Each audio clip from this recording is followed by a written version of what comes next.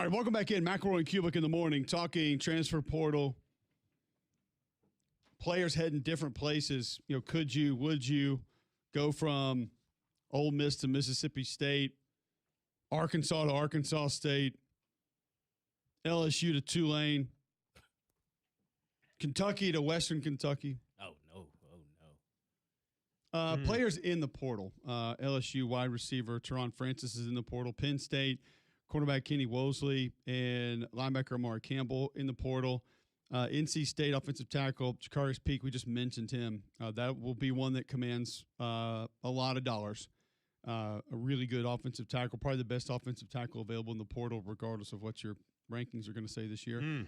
Tennessee offensive lineman William Satterwhite is in the portal. Baylor running back Bryson Washington and edge Amarion Winston in the portal. Ohio State offensive lineman Tegra Tashabola in the portal. Tigra Shabola in the portal. Wide receiver Mylan Graham also in the portal. Safety Cam Dooley from Kentucky in the portal. Nebraska offensive lineman. Do you want to go ahead and take this one? Go ahead. Harston Kahanaria Torres in the portal. Kahanaria Torres. For Nebraska. Here are your, a couple other that are in Mississippi. These are portal commitments. Kentucky gets LSU defensive lineman Ahmad Bro, Western Carolina cornerback Hassan Sykes, and all signs are pointing to Sam Levitt for Kentucky as well. Indiana, we mentioned, has already been busy in the portal.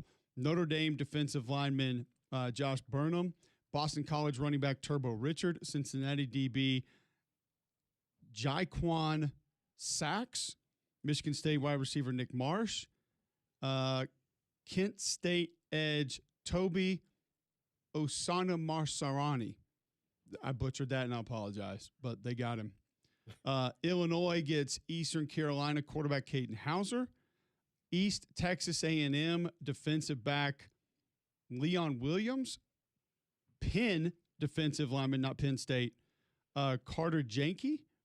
And TCU gets Harvard quarterback Jaden Craig. That's one no one's going to talk about, but keep your eyes on that one. You like him? Well, apparently he's big time. I haven't gone to watch him yet, so I don't know. TBD for me. We got time. Vandy gets Eastern Carolina tight end Javante Conver. Tennessee gets Kansas State safety Quay Moss. Purdue gets Texas running back Jarrett Gibson. Virginia Tech gets Penn State tight end Matt Henderson. Arkansas gets Tennessee kicker Max Gilbert. That's a little bit of a rivalry. Yeah. Yeah, for sure. Absolutely. You can't just go kick at Tennessee and then Arkansas. Can't do it. Georgia gets Clemson safety Khalil Barnes. Texas A&M's been busy. They get Fresno tight end Richie Anderson, LSU offensive lineman Cohen Eccles, and Colorado safety Tawfiq Bayard. Minnesota gets Tennessee offensive lineman Bennett Warren. Texas Tech gets Liberty wide receiver Dante Lee, Alabama State wide receiver Jalen Jones, and Kansas State linebacker Austin Romaine. Arizona State gets Texas DB Caleb Chester. LSU gets Hawaii wide receiver Jackson Harris. And offensive lineman Weston Davis. LSU gets him out of the portal also. All right, Lane. Lane going. From LSU. About to say, he's already there. But he was in the portal. They got him back. Wisconsin gets Arkansas defensive lineman Justice Boone, former Florida as well. Old Dominion quarterback Colton Joseph and safety Marcus Neal from Old Dominion as well. Penn State gets all of Iowa State's team. Oklahoma gets Florida tight end Hayden Hansen. Florida gets Baylor safety DJ Coleman. Texas gets Arkansas defensive lineman Ian Gefford. That's an old Southwest Conference rivalry. Oh, that's personal. And Ian Gefford is going to go play at Texas. Mississippi State gets Mizzou wide receiver Marquise Johnson. Oh. UCF gets JMU quarterback Alonzo Barnett. Is that a good fit there? Yeah. Michigan State gets, I like Barnett. Michigan State wide receiver Nick Marsh also going to UCF. North Carolina gets Wisconsin quarterback Billy Edwards. Good luck. Also Charleston Southern offensive lineman Andrew Threat. Ohio State gets Ohio tight end Mason Williams. See? Rivals. You're just going to go to the Bobcats, the Buckeyes? Yeah. So dirty. That's, man, Ryan Day. And Ole Miss has gotten Florida DB Sharif Denson, Auburn cornerback Jay Crawford, and Nevada edge Jonathan Maldonado. Not sure if he's related to Candy or not. So Nah. there you go. Those are your portal gets so far. Portal season is happening. Sizzle. Any of those stick out? Any of those feel really good? None T-Mac? that. I mean, we'd have to go back and like grind the tape on some of these guys because I know the name in some cases, but I don't recall. It's going to take. We're going to need, once we get through the playoffs, we're going to need like a week or so. Actually, we'd probably start next week. But I'm going to need to just get in the grind in the lab and just go through some of these top guys. So I haven't really done it yet intentionally because I don't want to waste time spinning my wheels on a guy that we're probably not going to cover because he's going to end up on a team that we're not going to cover.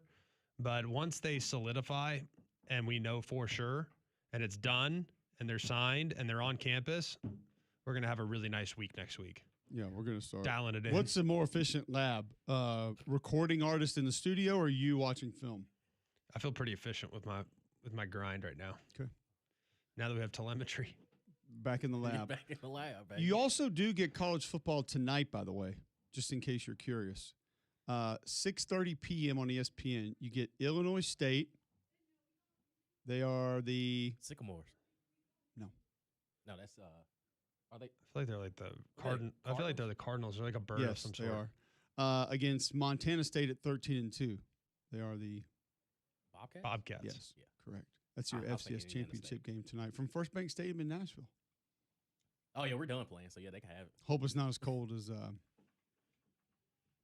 what it was for the Music City Bowl. It's not. It's going to be 56 a kick. So It's what 20 20-some degrees warmer.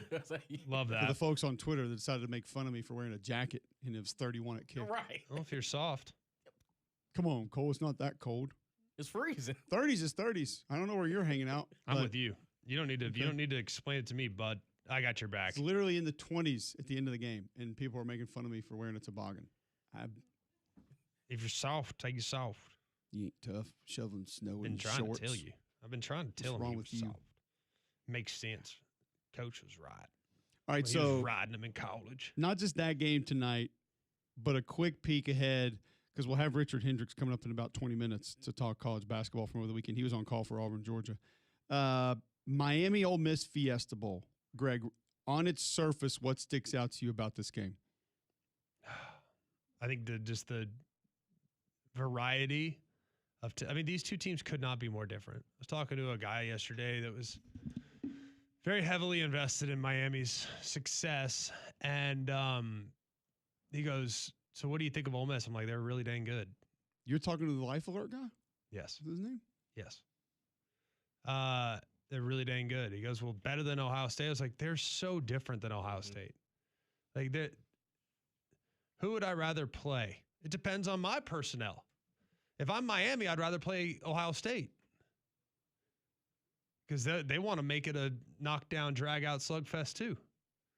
But Ole Miss, man, if they force you to play at their game, then it becomes very uncomfortable. Like Georgia. I mean, Georgia's great against 95% of the teams they play, but for whatever reason against Ole Miss, they struggle. It's hard. It's really hard to play against that group. What do you think? I think that when you look at these two teams and how different they are, I would agree. The Ole Miss defensive line has to play a similar game that they played against Georgia if they're going to find any success at all. And the thing that I think is intriguing about that is when I talked to Pete Golding on the field before the game, and I talked to him about last time and trying to get into the perfect call and maybe putting too much on the linebackers, he said, listen, we are going to be much more aggressive. We're going to cut our guys loose up front. We are not going to hold anything back. There's not going to be a lot of wait and see. We're going to try to go get them. And they did that. Now, the thing that would concern me is what I said I thought Georgia could have done, should have done, and actually did once or twice and had success with it, but just didn't go back to it. And that is a direct north-south run game and going right at them.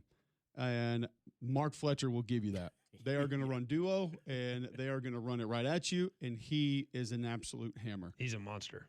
And great player. Not only that, but does not need massive creases to be able to sneak through. No. He can fit through very tight spots and small creases and turn those into big plays, explosive plays. So I'm mainly concerned about that for Ole Miss. Also, go back to the first half of the Georgia game. Yeah. And some of the drops. I felt like some of that started to happen because the Georgia DBs were hitting. Now, one was ejected for it. Mm-hmm. Another one was hurt. So how thin is the Miami secondary going to be? Not near as thin compared to what Georgia's was. And what does the Miami secondary do? They will trade paint. And I feel like I'm not calling for anything illegal or saying that they should try to do anything like that, but do not be surprised if Miami tries to let them know that they're there early. No question. Because I think Mario will see that film and he'll say, look, you put a couple hits on these guys, they will put the ball on the ground. And I would not be surprised if early on Miami goes out of their way, if it's a second or two past the whistle, if it's a guy holding the guy up and another guy comes and gets a hit, they're going to try to let that receiving core feel them early because that's what they do. Dang right they are. They hit. They're physical. They get after you. And y'all know Mario like I do. Like, he is not going to be afraid to go to his guys and say, if you hit them, the ball will come out. Yep. Or they won't even receive it. So go after them early. Mm-hmm. And those are the things that concern me about Ole Miss. I do think, though, that Ole Miss has – if you're asking me the difference between this Ole Miss team and some of the other really good Ole Miss teams, I'm just going to say that Lane had because we kind of have to compare them to that. I think the resiliency of this team is very different. And the other part that I think is, too, this team is not nearly as reliant on certain individuals as those teams were or have been. I mean, think about some of those other teams. It was like, it had to be Jerrion Ely. Like, yeah. it had. A great name drop. I mean, it had to be. Mm-hmm. It had to be Elijah Moore. Like, Jerrion Ely, 25, 30 touches a game. Now, they put him in the backfield, throw it to him, the whole deal. Right. Like Elijah Moore, put him in the backfield, but we're going to match him up. We're going to find out that they're not that this year. If there's not a guy on offense, it has to be. Like, you got a back you can lean on. Now, it doesn't mean the offensive line can just pound you because they can't. I'm worried about that group also because I think there's a little bit of a misconception. They have gotten better. They play better football now, but no question. The offensive line's not great. They're just not. Their scheme helps them a lot. It helps them a ton. So that's the thing is, okay, it sounds great, but their scheme is going to really alleviate some of the woes that they're going to have winning one-on-one matchups up front. I mean, and the reality is we haven't seen a team ramp the tempo up against Miami. We haven't seen a team do that.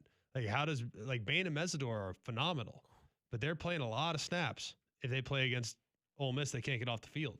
That's fair. I also think one thing that plays into Miami's favor is the edge defenders are going to be big. Because I can tell you this, from field level, I think I said this on the show, whatever day. What was the last day we did a show? Was that a Friday? Thursday? We did one Tuesday. last Friday, but before that, it would have been the Monday before. Yeah. But the last show we did was a Friday? Correct. I think I said this on Friday. I did not have the appreciation for Keywan Lacey's lateral agility until seeing him in person. Like, I knew he pressed the line of scrimmage, and I knew he could make some jump cuts, but, like, his jump cuts are, like, 3 yards wide. Like, he goes from the B gap to outside contain like that. And all of a sudden, it's like guys have an angle on him, and then it's like, bam, he makes that jump cut, Greg. You can't get to him. It's unreal. The edge defenders for Miami are going to be massive. However, I'm also interested to see because Miami didn't play a heavy box against Ohio State. And Ohio State couldn't, when Ohio State started going gap scheme, they ran the ball. But then guess what? Again, Ryan Day, same thing as Bobo, like didn't go back to it. Like, why did Ohio State go away from the run? They never really even tried to commit to it. They had like a drive and a half where they committed, and it was like, woo, there it goes. And then it's one thing that I know about Miami and Shannon Dawson. Like, he got a little cute early against A&M. Not against Ohio State, he didn't. He ain't getting away from the run again. Not again. That's not happening. No Moss. Not going to happen. It happened once.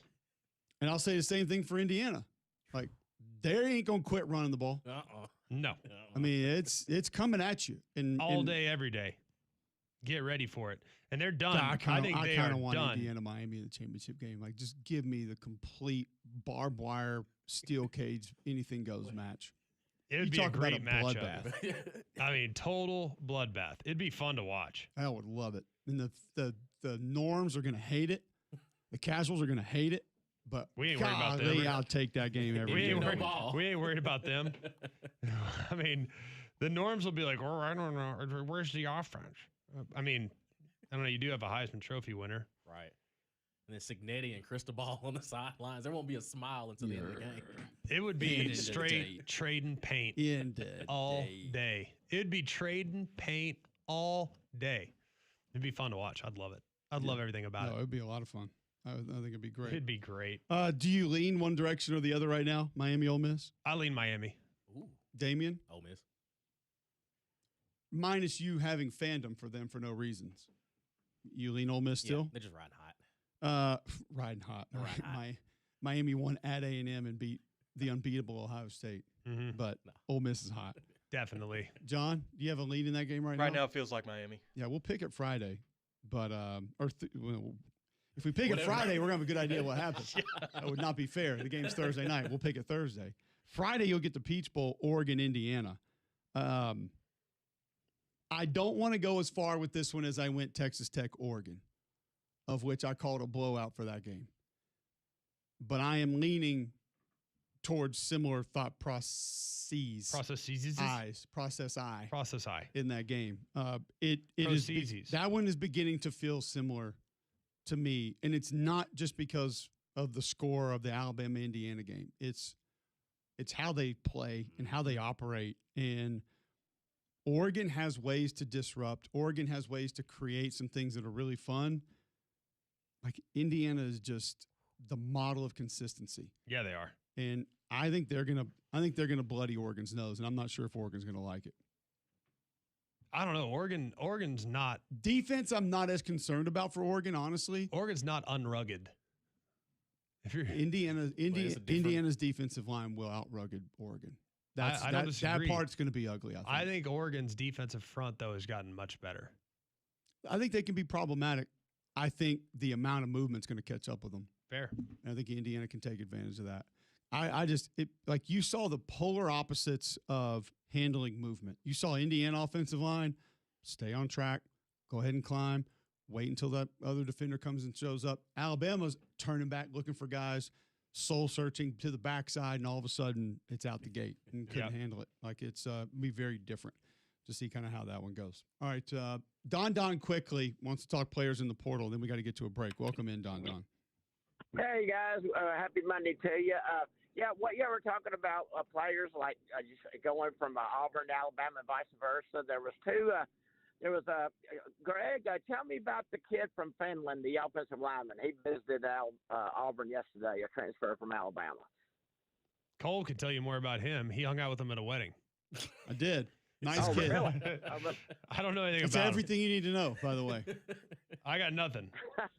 I'm not saying I don't know if he's good. He might be great. I don't know. How much has he played? We haven't seen enough of him to really know. It's been a little bit. Yeah, well, there's another Alabama player that I think that transferred yesterday, guys, that is visiting Auburn later in the week, and he's a defensive lineman, Keon Keeley. What are we doing? I don't want him. I'm just going to be honest with you. I don't care what anybody says, but that's me. And my brain's not normal. So, well, with Kyle, with you being a offensive lineman expert, we've had about 7 or 8 kids, like from Kansas State, Oklahoma State, James Madison. Do you know anything about? I'm sure you know who I'm talking about. But are these guys any good? I mean, we're going to reserve judgment until we, like Greg said, until we need to talk about them. And anybody that commits from the portal to Auburn or Alabama, Greg and I will watch, and we'll give you our full thoughts on whether or not they're guys we think can come in and make an impact.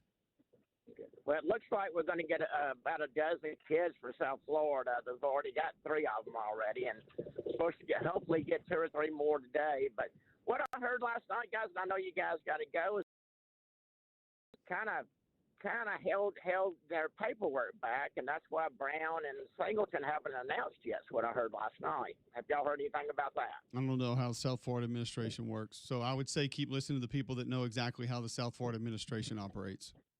Okay. We don't. Well, guys, thank y'all. I always enjoy your show, and looking forward to y'all's coverage of the games this week, guys. Hey, but when things are real, Don, we will actually fill you in on those real things, as opposed to pretend things that we don't know about. like Richard Hendrix next.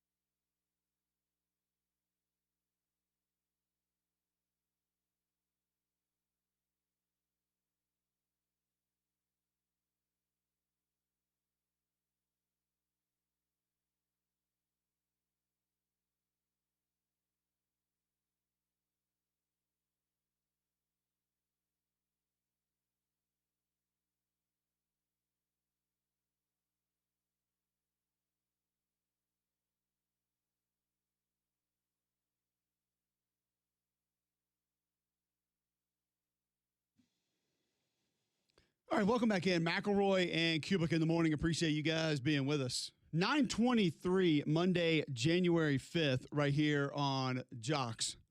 Still a lot to get to. Richard Hendrix coming up in a few minutes, but we'll continue talking transfer portal, players heading different places, players going other spots, trying to find out where they're going to be next year. And all these players on the move, Greg, it's got me thinking about one thing: their furniture.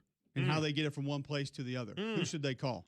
Crocker Movers is a local company owned by an Iraq War veteran, Eric Crocker.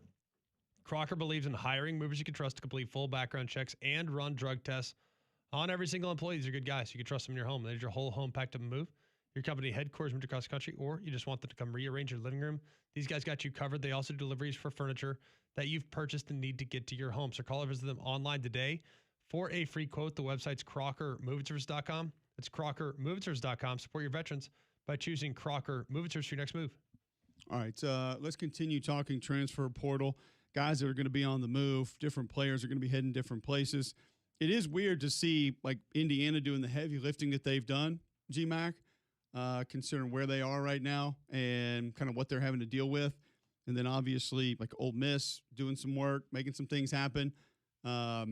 You're in the middle of a playoff run and you're having to host these different players from different places, having to do all these different things to try to make sure you win the portal. Just odd that having to do both right now at the same time. Well, it's brutally difficult, especially when you don't even know like who's going, who's staying. Like, are they having these conversations? Like, are these guys now that are playing for Ole Miss in the event in which they lose, like, are they locked in?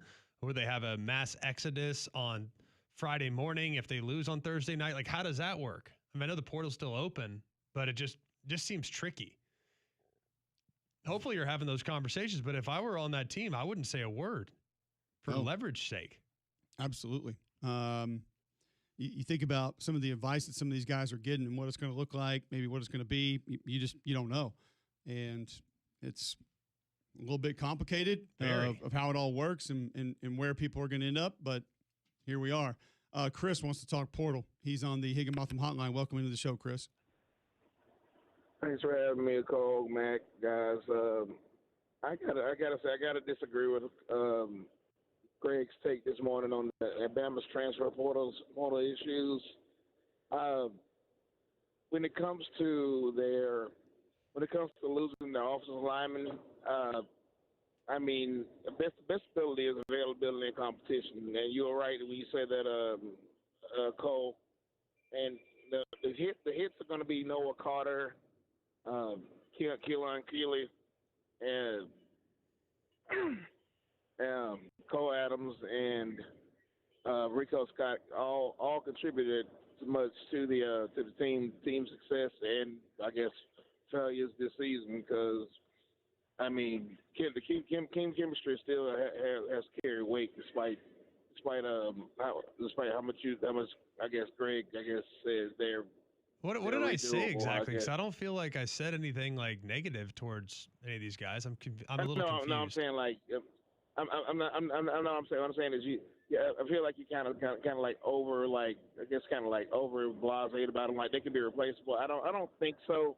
In a sense, it's hard to replace like team chemistry and experience. Well, I don't disagree with that, but I think you can. I think if these guys can get better opportunities elsewhere, they might not have as many opportunities at Alabama. That's kind of what it comes down to. I mean, it's like I think Cole Adams could be a really good player.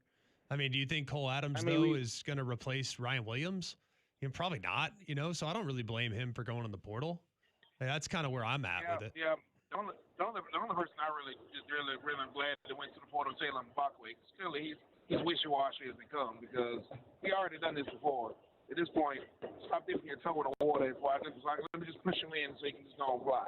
Because that's beyond the thoughts at this point. And because the team chemistry and because think about it, they're ahead of schedule compared to what we all had them for majority of the case as far as year two. Dylan Moore made the playoffs first year with 9-3. Hard to say that for many coaches to do in college football. What do you guys thoughts? Thoughts on should Kalen DeBoer continue to be the coach, or what the expectations should be next year? What exactly was the question there, John? I don't know. It's Chris. He's probably still mad that the Panthers won the division, but it seemed like he's the kind of Bama fan that wants DeBoer gone, though. So I guess the question would be like, why? How can they? What can be changed to turn things around? Okay. I mean, obviously you got to get better players. Obviously you got to build some more depth. I think you need a couple of players, Greg, that maybe fit your scheme, your system just a little bit better. Yeah. And that could help operate in ways that you need to operate. Some of those being offensive line, maybe some of that being at running back. But I think defensive line needs more depth, more twitch on the edge. Defensively, obviously, would help you. More depth at linebacker, I think, obviously, something that where Alabama needs to go.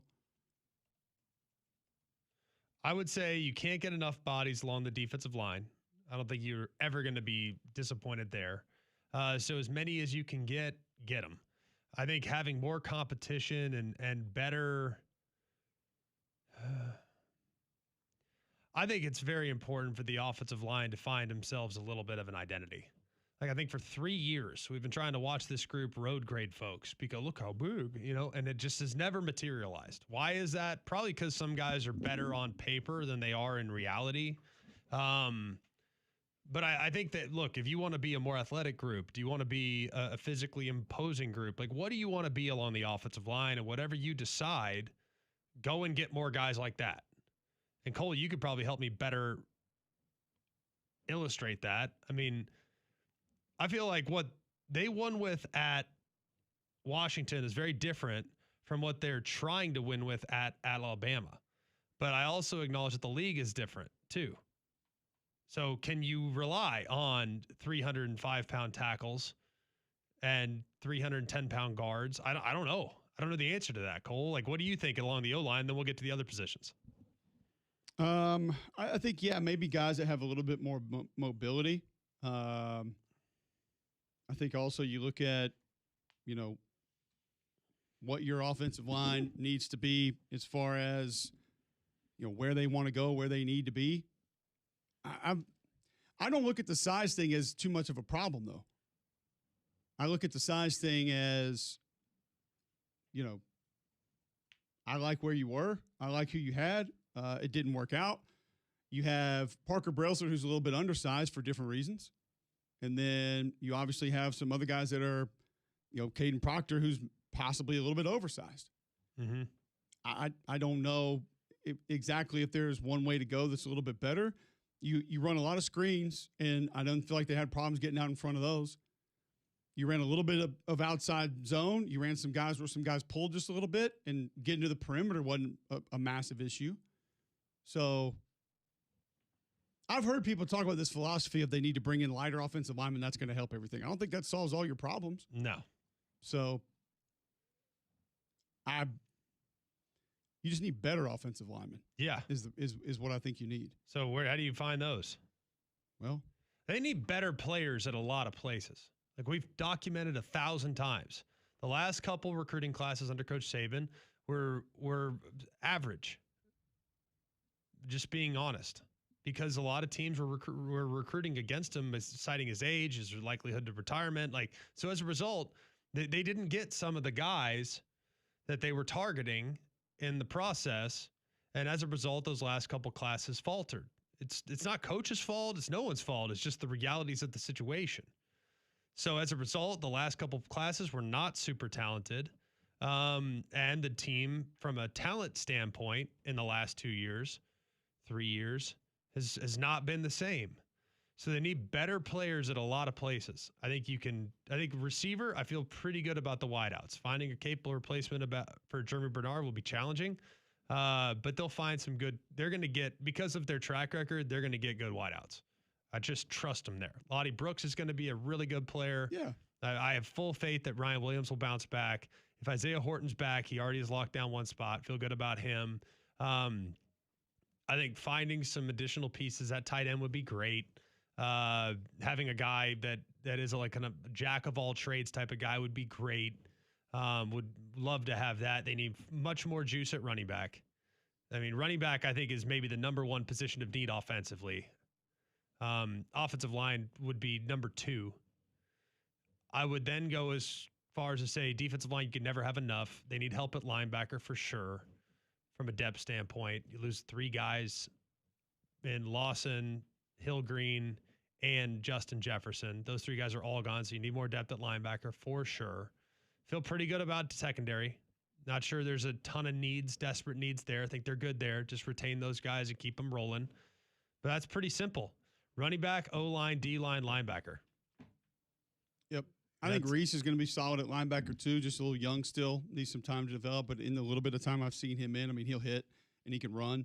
But as far as guys coming in that are capable of doing the things that you need, like what Lawson and Jefferson can do, obviously going to need more of those. I mean, you saw things be very different, when you're talking about being able to have somebody come in, get the significant reps, same reps if you were to lose those guys. When Jefferson went out, it was different. I mean, that defense changed.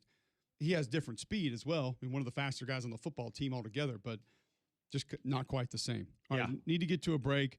We will welcome Richard Hendrix in on the other side to discuss a little bit of college basketball from over the weekend. He joins us every Monday. We'll do that right after this on Jocks.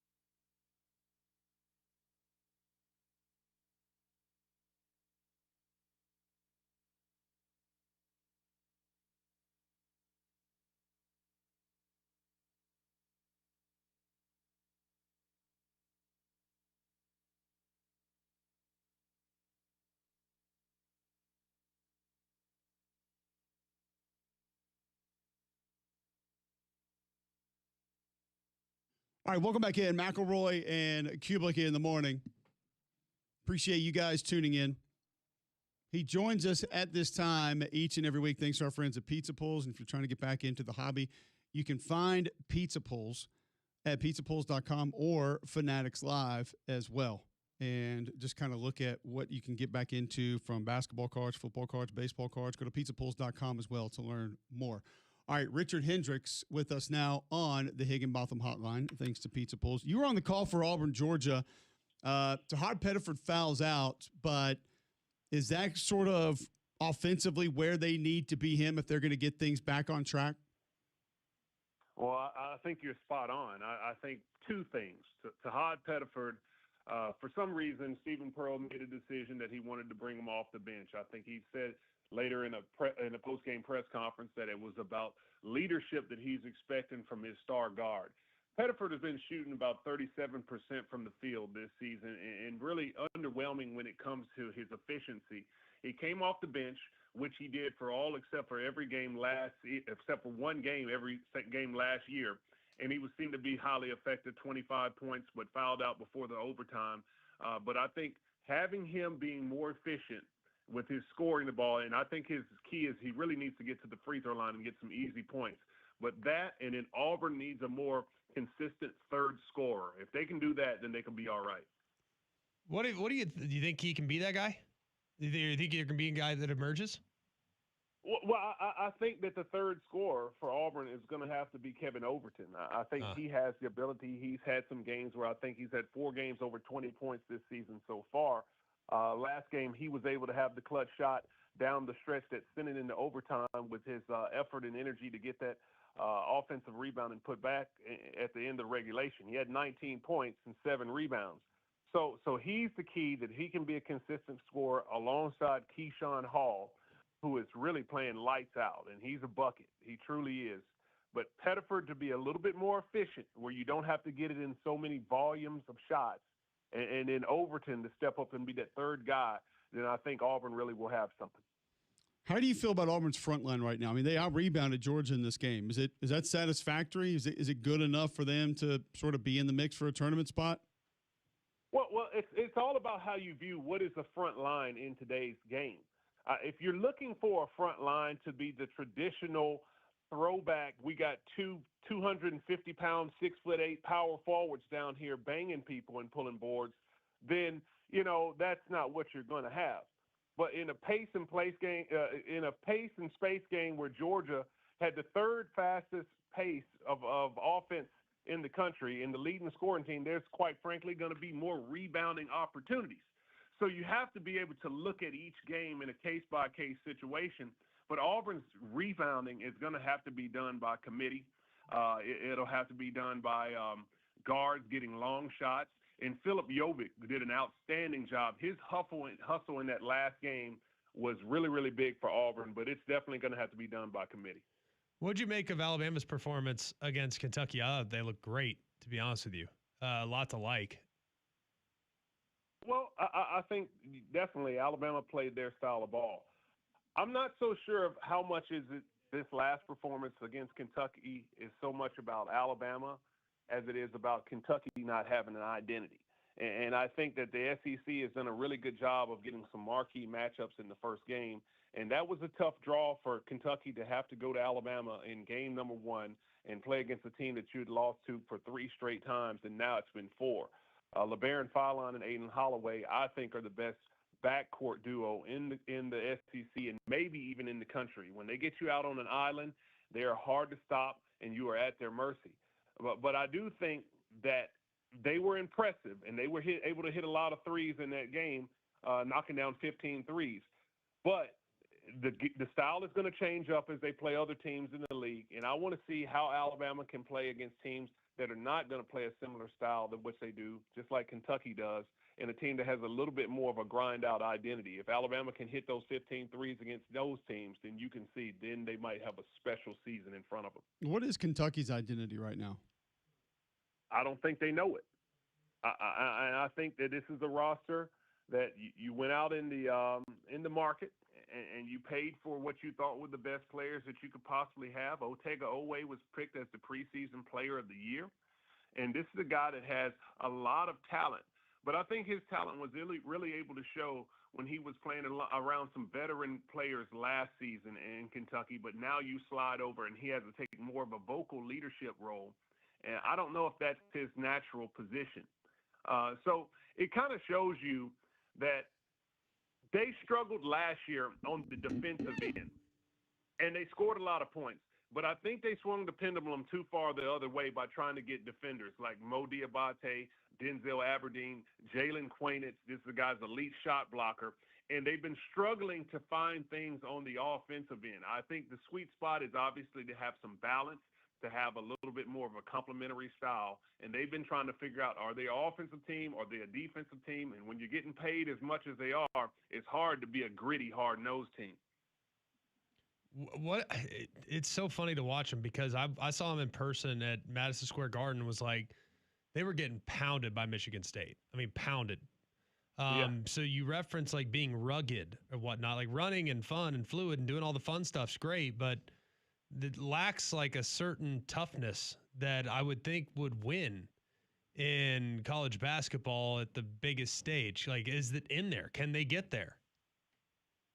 I think it's going to be hard for them. I think first and foremost, when you're recruiting certain type players, that just kind of has to be in you. I mean, you do need to have a tough-minded personnel group, but at the same time, stylistically, if you're having a free-flowing style of play, then it makes it very difficult to kind of play with that identity of grinding the game out. As you mentioned about Michigan State, they also played Gonzaga and got dominated in that game.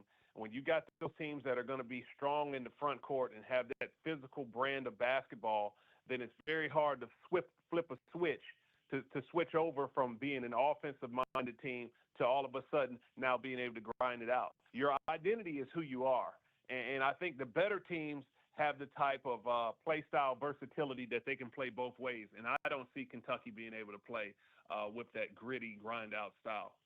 Richard Hendrix joining us on the Higginbotham Hotline. He's with us every Monday thanks to Pizza Pools. Go to pizzapools.com or Fanatics Live, whatnot. If you want to get back into the hobby, you can find Pizza Pools there. Also, the best team in the SEC right now, is that distinguished for one group?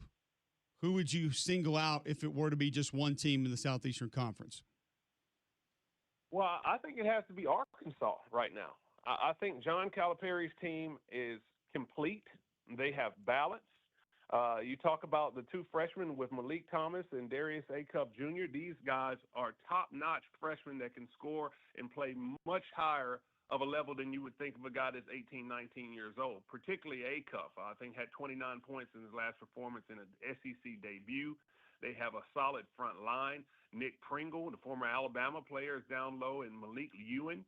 They have great defenders with DJ Wagner and Billy Richmond III. So I think I give the nod to Arkansas, and for them to beat a tough-minded Tennessee team in the opener, albeit at home, it shows that this team might have what it takes to win the regular season. If I would go to the next team after that, I would probably say it's Alabama. Alabama is really playing well, but it's all going to rely on what Aiden Sherrill can do. If he can mature, and he's one of the conference's leading shot blockers, but if he can mature down low and start to push the envelope of getting 9, 10 rebounds per game in conference and shutting it down in the middle, finishing with strong dunks with authority, and then making his free throws, now you have the balance attack with that outside punch of those guards and the shooting outside and a big man that can hold it down. So it's Arkansas first, but I think Alabama's right behind them. Richard, we appreciate the time, man. Always great talking some college hoop with you. Great job on the Auburn call over the weekend, by the way. Was surprised they got that thing to overtime, but that was a fun game to watch, and you did a great job on the call. Look forward to having you back next week. Appreciate it, guys. Looking forward to it. There you go. Richard Hendrix, thanks to Pizza Pools each and every week. Go to Fanatics Live. Go to Whatnot. If you want to get back into the hobby, look for football, baseball, basketball cards, golf, Pokemon. They've got it all at Pizza Pools. Go to pizzapools.com or find them on Fanatics Live today. We'll wrap up some college football talk, some more commitments coming through the portal. If we like them, if we don't like them, what we think that needs to look like. We'll discuss it all next right here on Jocks.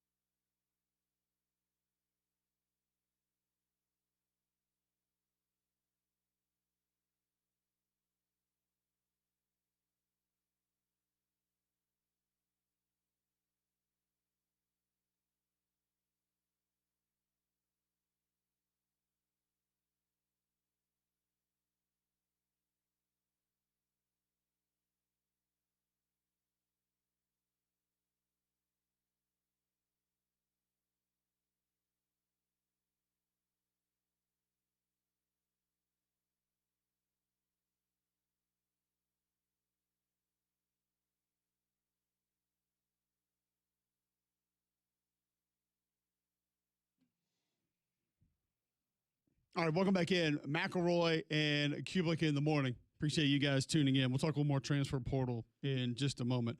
First, I got to tell you about Game Day Men's Health. If you're feeling on edge, lacking sleep, lacking energy, Game Day Men's Health can help you, and it's easy.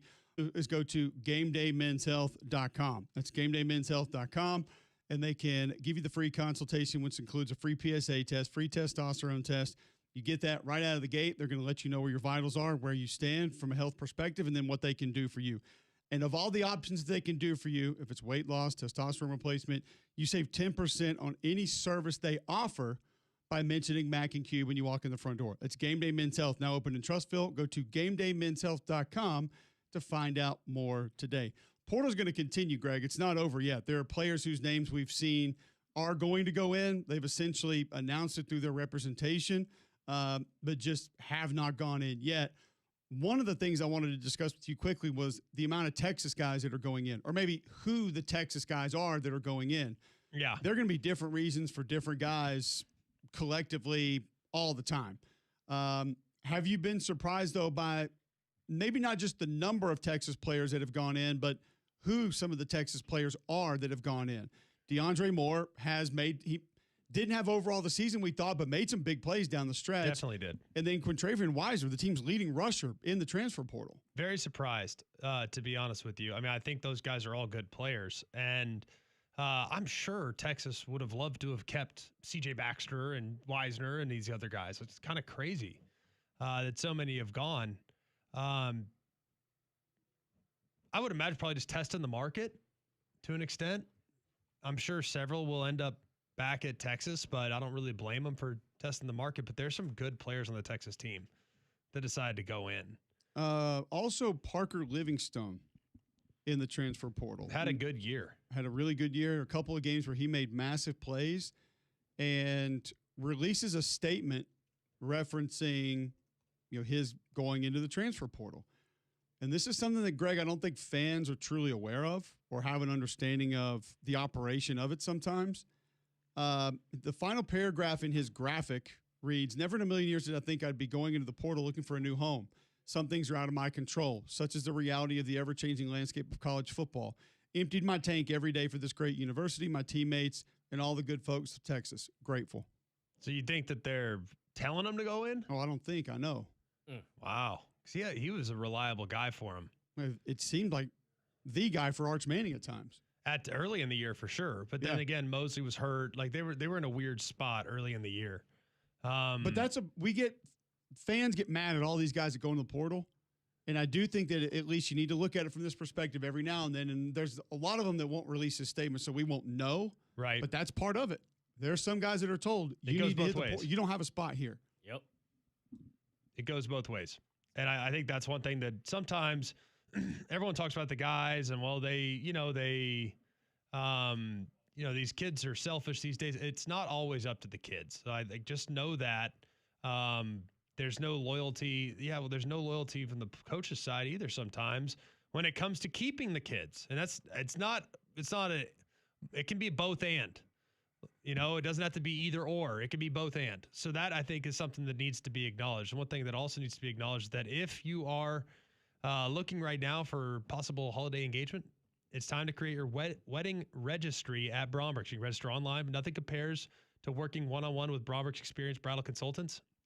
They'll help you select everything you need, from china to crystal to silverware, casual pieces to, as Bromberg celebrates 190 years in business, start this new chapter with the experts that know the registry's best. Plus, enjoy 20% off wedding bands and special pricing on wedding party gifts.